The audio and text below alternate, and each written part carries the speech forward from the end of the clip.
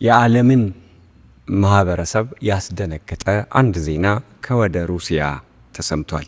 The Kremlin dropped a big announcement today. Russia has successfully tested the Burevestnik cruise missile. ከዚህ በፊት በምድር ላይ ታይቶ የማይታወቅ ኃያል መሳሪያ ነው ለዓለም ያስተዋወቀችው።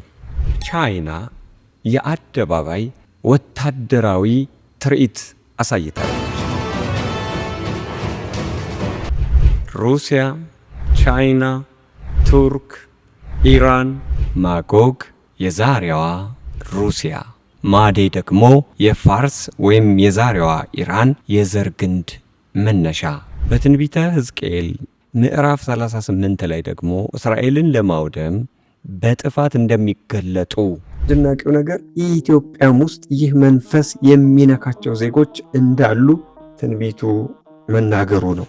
ሁሉ ነገር እንዳልነበረ ከመሆኑ በፊት ከምጥቀት በላይ ከጥልቀት በታች ያለውን ተፈጥሮ የፈጠረ የሚያስተዳድረውን እግዚአብሔርን መከተል በትእዛዝ ውስጥ ማለፍ ያስፈልጋል።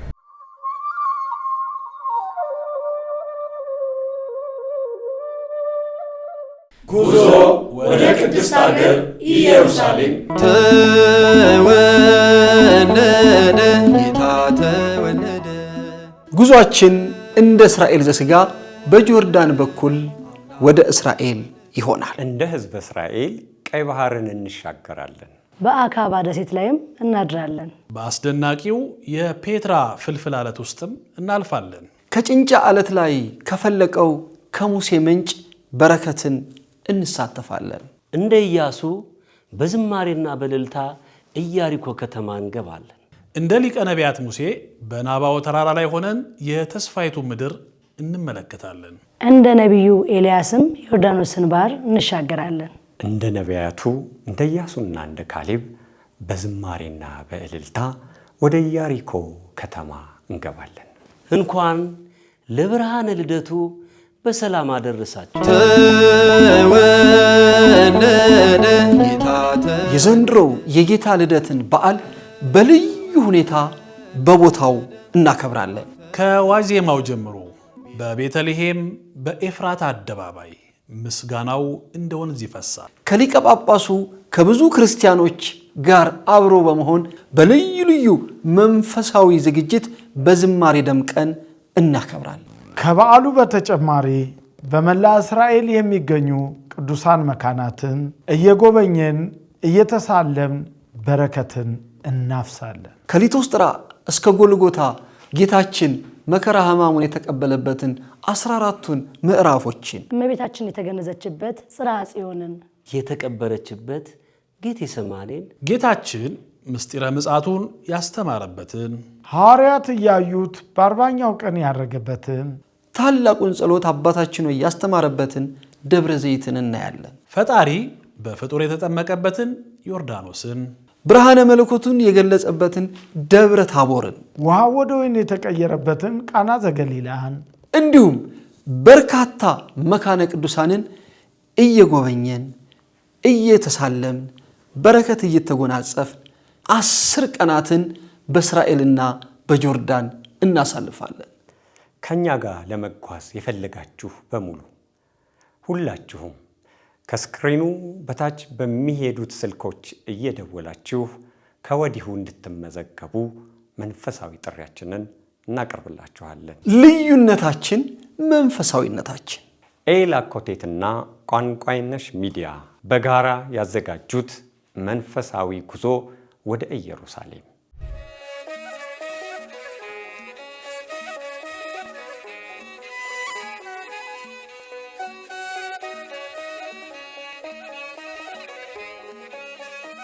በስመ አብ ወወልድ ወመንፈስ ቅዱስ አሐዱ አምላክ አሜን።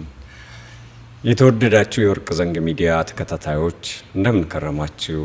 እንደ መለኮቱ አምላክ እንደ ቸርነቱ አባት የሆነው ልዑል እግዚአብሔር እድሜ ለንስሐ ስለሚሰጠን ክብር ምስጋና ይድረሰው። ህትምት በድንግልና ስርኩት በቅድስና ፀሐይ ጽድቅ ኢየሱስ ክርስቶስን የወለደችልን የአብ ቃል ማደሪያ የእናታችን የቅድስት ድንግል ማርያም ረድኤቷ በረከቷ ከሁላችን ጋር ይሁን። በአንድ ግዙፍ መሪ በሰባት ሀገራት እስራኤል ወረራ ይፈጸምባታል። ይሄ የመጨረሻው መጀመሪያ ዘመቻ ነው። ዛሬ ዓለማችን ወዴት እየሄደች ነው? ይቺ ዓለም የመጨረሻዋ ሁኔታ ምን ይመስላል? መጽሐፍ ቅዱስ ስለዚህ ዓለም የመጨረሻው ዘመን ምልክት አድርጎ ያስቀመጣቸው ነገሮች አሁን በምድር ላይ እየተከናወኑ ነው ወይ የሚለውን በስፋት አንስተን የምንነጋገርበት መርሃ ግብር ነው ይዘን የመጣ ነው። አሁን በፍጥነት በከፍተኛ ሁኔታ መልኳን እየቀያየረች ያለችው ይቺ ዓለም መጨረሻዋ ምንድን ነው? ወዴት ነው እየሄደች ያለችው? ክርስቲያን በዚህ ዘመን ምን መሆን አለበት? በተለይም በመካከለኛው ምስራቅ የሚፈጸሙ ነገሮች የሁሉ ነገር ምልክት እንዲሆኑ ቀድሞ የተነገረ ስለሆነ ይህንን ከዛ አካባቢ ከሚወጡ መረጃዎች አንጻር እያየ ክርስቲያን ራሱን መመርመር ይገባዋልና እሱን ነው ዛሬ የምንመለከተው። ሰሞኑን የዓለምን ማህበረሰብ ያስደነገጠ አንድ ዜና ከወደ ሩሲያ ተሰምቷል። The Kremlin dropped a big announcement today. Russia has successfully tested the Burevestnik cruise missile. Now, in a big announcement by Kremlin, Russia has successfully tested the Burevestnik cruise missile. ሩሲያ በታሪኳ አድርጋው የማታውቀውን ከፍተኛ የአዲስ ግኝት የሚሳኤል ሙከራ አድርጋለች። ኒውክሌር የታጠቀ በትንሽ ደቂቃ ውስጥ ብዙ ጥፋት ሊያጠፋ የሚችል ከዚህ በፊት በምድር ላይ ታይቶ የማይታወቅ ኃያል መሳሪያ ነው ለዓለም ያስተዋወቀችው። ከጥቂት ወራት በፊት ደግሞ ቻይና የአደባባይ ወታደራዊ ትርኢት አሳይታለች።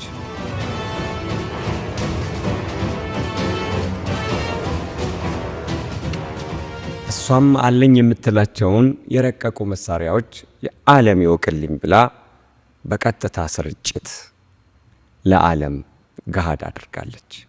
በዛ ወታደራዊ ትርኢት በአደባባይ በተደረገው ላይ በአንድነት ተቀምጠው የነበሩ ሀገራት ደግሞ ቻይና የጋበዘቻቸው በትኩረት እንድናያቸው በትኩረት እንድንከታተላቸው የሚያደርጉ ነው። ምክንያቱም ከመጽሐፍ ቅዱስ ትንቢት አንጻር መፈተሽ ስላለበት ሩሲያ፣ ቻይና፣ ቱርክ፣ ኢራን እነዚህ ሀገራት እየተባበሩ የመጡበት እየተደጋገፉ የመጡበትን ነገር ከመጽሐፍ ቅዱስ ገልጠን አውጥተን መጨረሻቸው ምን ይሆን የሚለውን ዛሬ የምንመለከትበት ክፍልን ነው የምንመለከተው። የታሪክ ተመራማሪዎች በመጽሐፍ ቅዱስ የተጠቀሱ ስሞችና ሀገራትን ለመተርጎም ከፍተኛ ምርምርና ጥናት አድርገዋል። ምርምሩ አሁንም እንደቀጠለ ነው። በነቢየ እግዚአብሔር ሕዝቅኤል ምዕራፍ 38 እና ምዕራፍ 39 ላይ የተጠቀሱት እስራኤልን ለማውደም የሚመጡት 7 ሀገራት በአሁኑ በዘመናዊዋ ዓለም እነማንን ይወክላሉ የሚለው ምርምር ከፍተኛ ደረጃ ላይ ደርሷል። ሕዝቅኤል በምዕራፍ 38 ከቁጥር 2 እስከ 6 ላይ የዘረዘራቸው እነዚህ 7 ሀገራት ማጎግ፣ ፋርስ፣ ቴርጋማን፣ ፍጥንም፣ ኢትዮጵያ፣ ጋሜር፣ ቶቤል አሁን ባለችው ዘመናዊ ዓለም ማንን ነው የሚወክሉት? ይሄ ተመራማሪዎቹ ከፍተኛ ጥናት እያቀረቡበት ያለ ጉዳይ ነው። በተለይም ማጎግ፣ ፋርስ፣ ቴርጋማን እነዚህ ሶስቱ ደግሞ በአሁኑ ሰዓት እስራኤልን ለማውደም እስራኤልን ለማጥፋት ህብረት የፈጠሩ መስለው ስለታዩ ሀገራቱ በዚህ ዘመናዊ ዓለም እነማንን ይወክላሉ? እነማን ናቸው? ይህንን የመጽሐፍ ቅዱስ ታሪክን የሚያጠና ተመራማሪ ሁሉ ሊያውቀው የሚገባ ጉዳይ ነው። የሕዝቅኤል ትንቢትን ይዘን ሶስቱን ሀገራት መነሻ የዘር ሐረጋቸውን ስንፈትሽ ወደ ዘፍጥረት ምዕራፍ 10 ከቁጥር 2 ላይ ማረፋችን ግድ ይላል። በዚህ ክፍል እንደተጠቀሰው ከ8ቱ የያፌት ልጆች የዘር ሐረጋቸው የሚመዘዘው ሦስቱ ሀገራት ማጎግ የዛሬዋ ሩሲያ፣ ማዴ ደግሞ የፋርስ ወይም የዛሬዋ ኢራን የዘር ግንድ መነሻ፣ ቴርጋማን ደግሞ በአሁኑ ጊዜ ቱርክን የሚወክሉ ሆነው እናገኛቸዋለን። እስኪ ይህንን ክፍል ወደ ትንቢተ ሕዝቅኤል ተመልሰን ዘርዘር አድርገን እንመልከተው። ጎግ ማን ነው የሚለውን የነገረ መለኮት ሊቃውንት ተርጓሜ ሲሰጡ ጎግ ሰባቱን የጥፋት ኃይላት የሚመራ ንጉሥ፣ አለቃ ወይም በዘመኑ አጠራር ፕሬዝዳንት ነው ብለው ይፈቱታል። ይህ የሰባቱን ዓመታት የጥፋት ጊዜ የሚመራ ወታደራዊ ኃይል መሪ ነው። ምክንያቱም በትንቢተ ሕዝቅኤል እንደተጠቀሰው አለቃ ተብሎ ተጠቅሷልና ሀገራቱን በበላይነት የሚመራ መሪ ፕሬዝዳንት ወይም ንጉሥ ተብሎ እንደሚፈታ ሊቃውንቱ ይተነትናሉ። ማጎግ ደግሞ ማናት ብለን ስንፈትሽ ቀደም ብለን ማጎግ ሩሲያ ናት ብለናል። በትንቢተ ሕዝቅኤል ማጎግ ተብሎ የተጠቀሰው ሀገር በአሁኑ ዘመናዊ ዓለም ሩሲያ እንደሆነች ምሁራኑ ሲያብራሩ፣ በዚህ ክፍል ላይ ሞሳህ ተብሎ የተጠቀሰው በአሁኑ ጊዜ ሞስኮ የተሰኘው የሩሲያ ዋና ከተማ ነው ይላሉ። ቶቤል ተብሎ ደግሞ የተጠቀሰው ቶቦክስ ተብላ የምትጠራ የሩሲያ ከተማ እንደሆነች መረጃ በማቅረብ ትንታኔቸውን ያስቀምጣሉ። የነገረ መጽሐፍ ቅዱስን ታሪክ አጥኚዎች መረጃ ይዘን ስንቀጥል ደግሞ በትንቢተ ሕዝቅኤል ምዕራፍ 39 ከቁጥር 1 እስከ 2 ላይ ያለውን ቃል በእንግሊዘኛ መጽሐፍ ቅዱስ ላይ ሄደን ስንመለከተው ፕሪንስ ኦፍ ሮሽ የሚለው ቃል ሩሲያን ቀጥታ የሚመለከት ነው ተብሎ በሊቃውንቱ ፍቺ ተሰጥቶታል። የታሪክ ተመራማሪዎች ሐሳባቸውን ሲቀጥሉ ማጎግ ወይም ሮሽ ከእስራኤል በስተ ሰሜን በኩል እንደምትገኝና በትንቢተ ሕዝቅኤል ላይም ይህ አቅጣጫ ሰሜን ተብሎ መጠቀሱ አሁን ይቺ ሀገር ሩሲያ ለመሆኗ ተጨባጭ ማስረጃም ነው ብለው መረጃቸውን ያጠናክራሉ።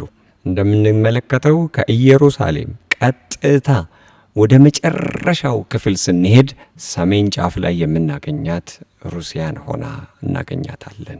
በዚህ የ7 ዓመት የጥፋት ዘመቻ ላይ የሚሳተፉት ሀገራትን በመሪነት ሩሲያ እንደምትሳተፍ ትንቢቱ ይነግረናል። እንግዲህ ሦስቱን ሀገራት እየተነተንን ስንመጣ ምክንያቱም እነዚህ 3 ሀገራት በአሁኑ ሰዓት በወታደራዊና በኢኮኖሚ ትብብር ላይ ለመስራት መስማማታቸውን ስንመለከትና የዘር ግንዳቸው ከአንዱ ከያፌት ዘር የተመዘዘ መሆኑን ስናይ በትንቢተ ሕዝቅኤል ምዕራፍ 38 ላይ ደግሞ እስራኤልን ለማውደም በጥፋት እንደሚገለጡ ስንረዳ ሀገራቱን ማየታችን ታሪካቸውን ማጥናታችን ግድ ይሆናል። እስኪ አሁን ይህንን ክፍል ወደ መተንተን እንሻገርና የዛሬዋን ኢራንን ደግሞ እንመልከታት። በቀደመ ስሟ ፐርሺያ ወይም ፋርስ እየተባለች የምትጠራው ሀገር የዛሬዋ ኢራን ለመሆኗ የማያሻማ ግልጽ መረጃዎች አሉ። በዚህ ዘርፍ የታሪክና የአርኪኦሎጂ ምርምር የሚያደርጉ የዘርፉ ባለሙያዎች በርካታ መረጃዎችን ያቀርባሉ።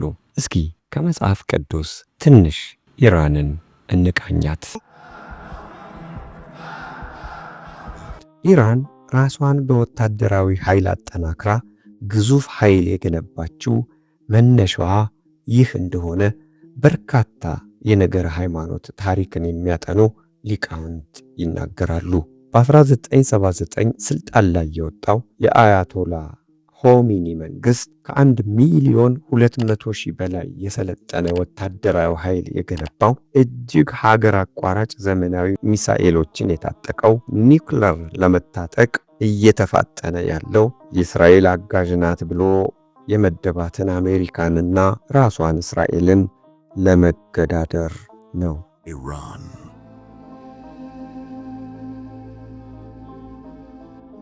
ኢራን የጥቁር መስከረም ሰራዊት የሚባለውን ሞት ለእስራኤል ብሎ የተደራጀውን ቡድን በማሰልጠን በመሳሪያ በመደገፍ ያሳየችው ትጋት ምክንያቱ ከፊልስጤማውያን የግዛት ጥያቄ በላይ እንደሆነ ሃይማኖታዊ ቅርጽ እንዳለው የነገረ ሃይማኖትን ታሪክ የሚያጠኑ ጠበብት ተንትነው ይናገራሉ።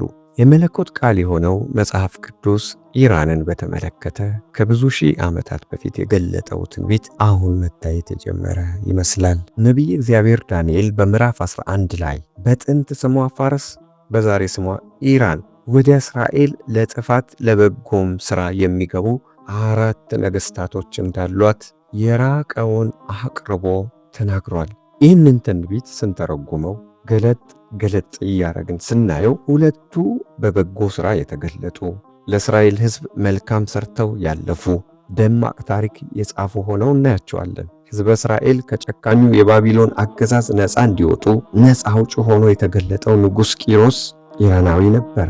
ሐማንን ሰቅሎ የእስራኤልን ሕዝብ ትውልድ እንዲቀጥል ያደረገው ንጉሥ በመጽሐፍ አስቴር የተጠቀሰውም ኢራናዊ ነበረ። እነዚህ 2 ንጉሶች ታሪካቸው በመልካም ተጽፎ የሚገኝ ነው። በተቃራኒው ደግሞ በሦስተኝነት የተገለጠው ከልደተ ክርስቶስ በኋላ ዳግማዊ የፐርሺያ ኢምፓየርን ፈጥሮ የመጣው የኢራን መሪ እስራኤል ከገባ በኋላ ታሪኳን አውድሞ ያለፈ ነው። አሁን 4ኛው በመጨረሻው ዘመን የፋርስ የኢራን መሪ ሆኖ የሚገለጠው ደግሞ ገና የሚመጣ ነው። በትንቢተ ዳንኤል የተገለጠው የተጠቀሰው እስራኤልን ለማጥፋት ሰይፍ ስሎ የሚነሳው 4ኛው ንጉሥና ሥርዓቱ እጅግ ሀብታም የሆነ ግዙፍ ወታደራዊ ኃይል የሚገነባ እሱን የሚከተሉ ብዙ ሀገራትን አስከትሎ እስራኤል ላይ የሚዘምት ኃይል ሆኖ የሚገለጥ ነው።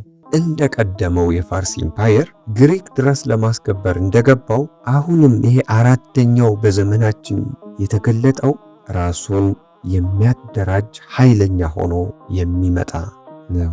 ኢራን 1,648,195 ስኩዌር የምትሸፍን በዓለም ላይ ካሉ ግዙፍ የቆዳ ስፋት ካላቸው ሀገራት በ17ኛ ደረጃ ላይ የምትገኝ ጥንታዊ ሀገር ናት። በወታደራዊ ኃይልም ቀላል የማይባል ሚሳኤል የታጠቀች በሚሊዮን የሚቆጠር ዘመናዊ ሰራዊት የገነባች ከፍተኛ የነዳጅ ሀብት ያላት በ3 አይነት የአየር ጠባይ የተሸፈነች ሀገር ነች ኢራን።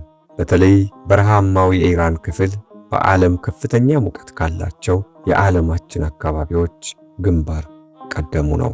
በአሁኑ ሰዓት የምንመለከተው ሰንደቅ ዓላማዋ በ1980 በሀገሪቱ እንዲውለበለብ በአዋጅ የጸደቀ ነው። ይህ በመካከሉ ላይ የሚታየው ጽሑፍ አላህ የሚል ጽሑፍ ነው። በኢራን ብሔራዊ ሃይማኖት እስልምና ሲሆን የሀገሪቱን ከፍተኛ የስልጣን እርከን አያቶላ የሚለው ነው። የፈጣሪ እጅ፣ የፈጣሪ ወኪል፣ የፈጣሪ ስልጣን እንደማለት ነው።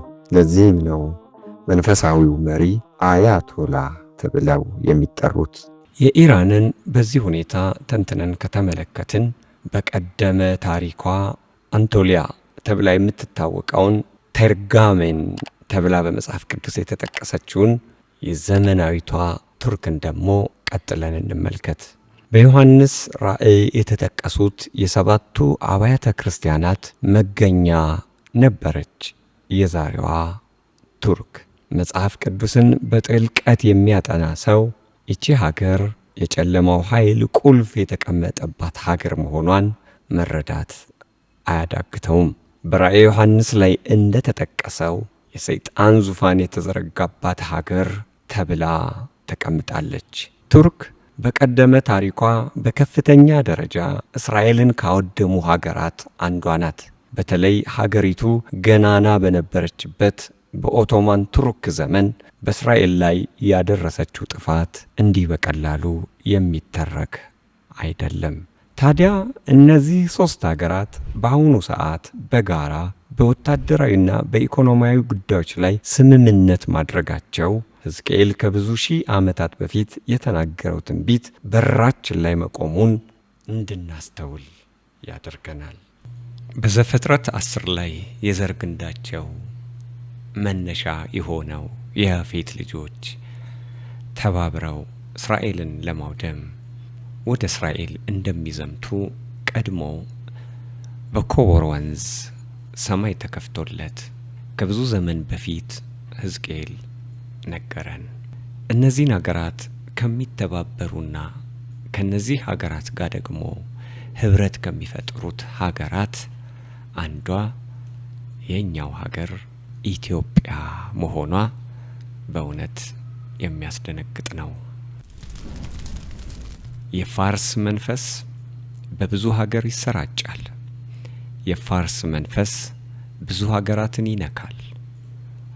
እስራኤል ላይ በጠላትነት መነሳት፣ በእስራኤል ላይ ማጉረምረም፣ እስራኤል እንድትጠፋ መፈለግ፣ ይህ የፋርስ መንፈስ የሚነካቸው ኢትዮጵያውያን እንዳሉ የትንቢተ ሕዝቅኤል ምዕራፍ 38 ቁጥር 5 ደግሞ ይነግረናል። ነገር ግን ይህ የፍጻሜው መጀመሪያ የእግዚአብሔር የቁጣ ቀን መጨረሻ ሆኖ ጊዜው ይገለጣል። በአራተኛው የኢራን መሪነት ወደ ቅድስቲቱ ከተማ የሚገቡት ኃይላት በከተማዋ የጥፋት ርኩሰት ይፈጽማሉ። እግዚአብሔር ሀገረ እስራኤልን ያኔ ነው የሚያያት። በምሕረቱ ወደ እሷ ይመለሳል። መድኃኒታቸውን ክደው ሰላም ያጡት በሰይፍ ይመታሉ። እነዚህ እግዚአብሔርን ያልተቀበሉ በክርስቶስ ላይ ያመፁ በሙሉ በሰይፍ ይመታሉ። በእግዚአብሔር ስም የሚመጣው የተባረከ ነው ብላችሁ እስክታምኑ ድረስ ጭንቅ ይነግስባችኋል የተባሉት እስራኤላውያን ከነሱ መካከል ግን ጥቂት ቅሪቶች መሲሁ መንገዳችን ነው ብለው የሚያምኑ ከልባቸው ሕይወታችን ነው ብለው የተቀበሉ መኖራቸው ደግሞ በመጽሐፍ ቅዱስ ስለተጠቀሰ ቅድስቲቱ ከተማን ሊያወድም የገባውን ኃይል ይቋቋሙታል። እግዚአብሔር ይረዳቸዋል፣ ያግዛቸዋል። የፋርስ ንጉሥ ከነሰራዊቱ እንደ ነፋስ ያኔ ይበተናል። ይህ ነው ትንቢቱ የሚነግረን። ነቢየ እግዚአብሔር ዳንኤል የራቀውን አቅርቦ የተመለከተው ትንቢት አሁን እየታየ ነው። አካል አውጥቷል፣ ተራምዷል፣ ሥጋ ለብሷል፣ ገዝፏል። በዚህ ላይ አንድ ሐቅ አንስተን እንለፍ። ይህ ትንቢት ለኢትዮጵያን አስደንጋጭ ሊሆን ይችላል። በመጨረሻው ዘመን ላይ የቆሙ ኢትዮጵያውያን ጠባያቸውን እየቀየሩ ሃይማኖታቸውን እየጣሉ ሰለጠን በሚል መንፈስ እጅግ አደገኛ ወደሆነ የሐሳዊ መሲህ መንገድ ተከታይነት እንደሚዘፈቁ የሚናገር ነው። የኤልሻዳዩ ነቢይ የሆነው ቅዱስ ዳንኤል በምዕራፍ 11 ቁጥር 43 ላይ ጽፎት እናያለን ይህንን ቃል። በእርግጥ አሁን በሀገራችን ለሐሳዊ መሲህ መንፈስ የተገዙ የእሱ ሰረገላ ድምፅ የሆኑ እየተገለጡ ነው፣ እያየን ነው። እግዚአብሔር አምርሮ የሚጠላውን ዘረኝነት የወደዱ ነውር የማያውቁ ጨለማ የወረራቸው እጅግ ጨካኞች፣ ለሕዝብ የማይራሩ በእግዚአብሔር ላይ የሚዘብቱ እግዚአብሔርን መነገጃ ያደረጉ በቅዱሳን ላይ ያመፁ ሀገራቸውን ጠልተው ሌላ መንፈስ ያነገሱ ብዙዎች በዚች ሀገር እየታዩ እንደሆነ የአደባባይ ምስጢር ነው። አዎ በዚህ መሃል ደግሞ ኢትዮጵያዊነትን ያልጣሉ መድኃኒታቸውን በትክክል ያወቁ ይህንን ዓለም በወዲያኛው ዓለም የለወጡ በቀደመው መንገድ በጽናት የቆሙ ኢትዮጵያውያን አሉ። ያዕቆብ ፈንታ ቤዛ አድርጌ ሰጥቻቸዋለሁ ተብለው በፈጣሪ የተመረጡ አሉ፣ ይታያሉ። እነዚህ ናቸው እንግዲህ የኢትዮጵያ ተስፋ ሊሆኑ የሚችሉት። በጽናት የቆሙ ኢትዮጵያዊነትን ያልጣሉ፣ ባህል፣ ታሪክ፣ ሃይማኖታቸውን በልባቸው የጻፉ ነገ ትውልድ በብርሃን እንዲመላለስ ራሳቸውን መስዋዕት አድርገው የቆሙ አሉ። እነሱ የኢትዮጵያ ተስፋ ናቸው። ነገር ግን ትንቢቱ የሚነግረን በርካታ ኢትዮጵያውያን በሐሳዊ መሲህ መንፈስ ተመተው እንደሚወድቁ ነው። ወደ ትንቢተ ሕዝቅኤል ምዕራፍ 38 ምዕራፍ 39 ስንመለስ ደግሞ ወደ እስራኤል የገቡ ኃያላን ሀገራት ኢራንን ጨምሮ የእግዚአብሔር ቁጣ ሰይፍ ያርፍባቸዋል። 7 ዓመት ሙሉ በእግዚአብሔር የቁጣ በትር ይመታሉ። መሳሪያቸው በእሳት ይቃጠላል። የሚመኩበት የጦር መሳሪያ ሁሉ ፈጣሪ ባስነሳው እሳት ይለበለባል፣ ይቃጠላል። እንደገቡ ለ7 ወር ምድሪቱን ያነዷታል፣ ያቃጥሏታል፣ ያፈርሷታል። ከዛ ግን እግዚአብሔር ቅሪቶች ያስነሳል፣ ምድሪቱን የሚጠብቁ አምላክ የመረጣት አምላክ ዙፋኑን የዘረጋባት ደግሞም ሥጋ ለብሶ የተመላለሰባት ሕማም ድካም የተቀበለባት ደሙን ያፈሰሰባት ሥጋውን የቆረሰባት ከተማ ናትና እግዚአብሔር ያችን ከተማ ያችን ሀገር ይጠብቃታል። እንደገና ለ7 ዓመት እነዚህን መከራ ላይ ይወድቃሉ። 7 ዓመት ሙሉ በመከራ እሳት ይቃጠላሉ፣ ይለበለባሉ። ምርምራቸው ከንቱ ይሆናል። በምድር ኃያላን የተባሉ ሀገራት ሁሉ ከነሰራዊታቸው ይጠፋሉ፣ የአሞራ ቀለብ ይሆናሉ። የጥፋት ታሪካቸው እዚህ ላይ ይዘጋል። ከዚህ ታሪክ ምን ተማርን? ክርስቲያን መጽሐፍ ቅዱስ ውስጥ የተጠቀሱ ክፍሎችን እያነበበ ራሱን መመርመር፣ ያለበትን ዘመን መመርመር ያስፈልገዋል። እህት ወንድሞቼ፣ እናት አባቶቼ፣ የመጨረሻው ዘመን ላይ ነው የምንገኘው። መጽሐፍ ቅዱስ የገለጻቸው ምልክቶች በሙሉ እየተፈጸሙ ነው፣ በመፈጸም ላይ ናቸው፣ ሊፈጸሙ ተቃርበዋል። እኛስ ተዘጋጅተናል ወይ? ሁሉ ነገር እንዳልነበረ ከመሆኑ በፊት ከምጥቀት በላይ ከጥልቀት በታች ያለውን ተፈጥሮ የፈጠረ የሚያስተዳድረውን እግዚአብሔርን መከተል በትእዛዝ ውስጥ ማለፍ ያስፈልጋል። መዳኛችን እሱ ነው። ሸሽተን ርቀን ራሳችንን ደብቀን ወደ እግዚአብሔር ሳንመለስ ይሄንን ዘመን ዝም ብለን መጠበቅ የለብንም። ዘመኑ በየቀኑ እያለቀ ባለበት ሰዓት እኛ ደግሞ ያኛው የብርሃን ዓለም ውስጥ ለመግባት አሁን ነው ብርሃን መልበስ ያለብን፣ ወደ ንስሐ ሕይወት መምጣት ያለብን። ሥጋዬን ብሉ ደሜን ጠጡ ብሏልና ወደዚህ መምጣት ያለብን። ክርስቲያን ዝም ብሎ አይኖርም። መሽቶለት ነግቶለት በልቶ ጠጥቶ ወልዶ ከብዶ ብቻ ለመኖር የተፈጠረ አይደለም። እግዚአብሔር በሰው ልጅ ላይ ዓላማ አለው። ሰው የመጀመሪያውን ተፈጥሮ ይዞ ጠብቆ እንዲኖር፣ ከክፋት እንዲወጣ፣ ከጨካኝነት እንዲወጣ፣ ከዘረኝነት እንዲወጣ፣ ከአረመኔነት እንዲወጣ፣ ከዝሙት እንዲወጣ፣ ካሉባልታ እንዲወጣ፣ ከውሸት እንዲወጣ። ይሄ ጠባዩ ስላልሆነ የሰው እግዚአብሔር እስትንፋሱን እፍ ብሎ የፈጠረው ሰው ይሄ ከጊዜ በኋላ የሚያመጣውን ጠባይ ትቶ አርሞ የእግዚአብሔር መለኮት ባህሪ ተካፋይ ሆኖ በእውነት በጽድቅ በሰላም በፍቅር መመላለስ ይገባዋልና እስካሁን ያልተውናቸውን እኛንም እየገደሉን ያሉ ጠባዮቻችንን ልናርማቸው ይገባል። ሁሉ ነገር አልቆ እጅ ከመስጠታችን በፊት የማይጠቅም ጩኸት ከመጮኻችን በፊት ዛሬ ዘመኑን እንዋጀው። አለሁ የምንል ሁሉ ነገ ላንኖር እንችላለን። ዛሬ ነው ከእግዚአብሔር ጋር መታረቂያ እድላችን። ዛሬ ነው ከእግዚአብሔር ጋር መታረቂያ ጊዜያችን። የሰው ልጅ ነገን እርግጠኛ መሆን አይችልም። እድሜ በእግዚአብሔር እጅ ነው። ጊዜ በእግዚአብሔር እጅ ነው። ዛሬ በሕይወት እያለን እስትንፋሳችን ሳይቆም ከአምላክ ጋር እንታረቅ። ዘመኑ ቀርቧልና ንስሐ ግቡ የሁል ጊዜ ድምጻችን ነው። ይቆየን።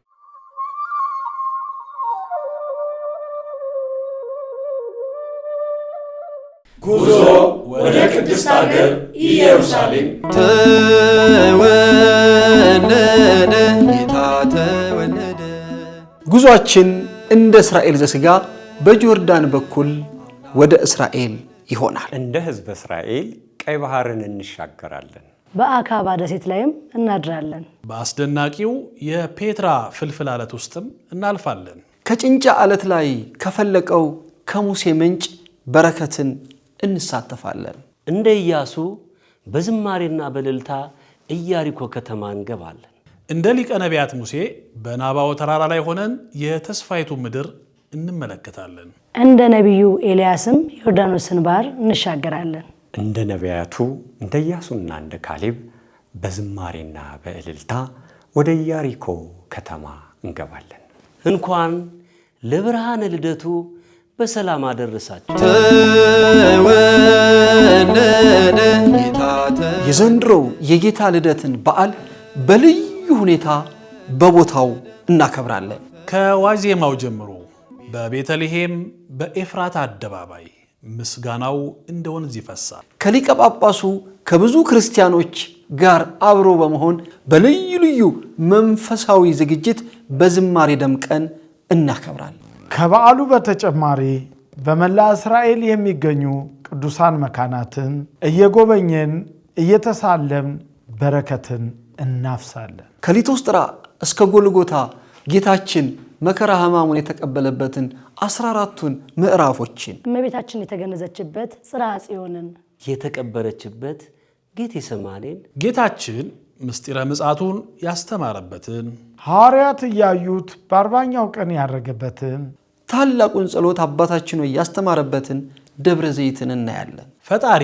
በፍጡር የተጠመቀበትን ዮርዳኖስን፣ ብርሃነ መለኮቱን የገለጸበትን ደብረ ታቦርን፣ ውሃ ወደ ወይን የተቀየረበትን ቃና ዘገሊላህን እንዲሁም በርካታ መካነ ቅዱሳንን እየጎበኘን እየተሳለምን በረከት እየተጎናጸፍን 10 ቀናትን በእስራኤልና በጆርዳን እናሳልፋለን።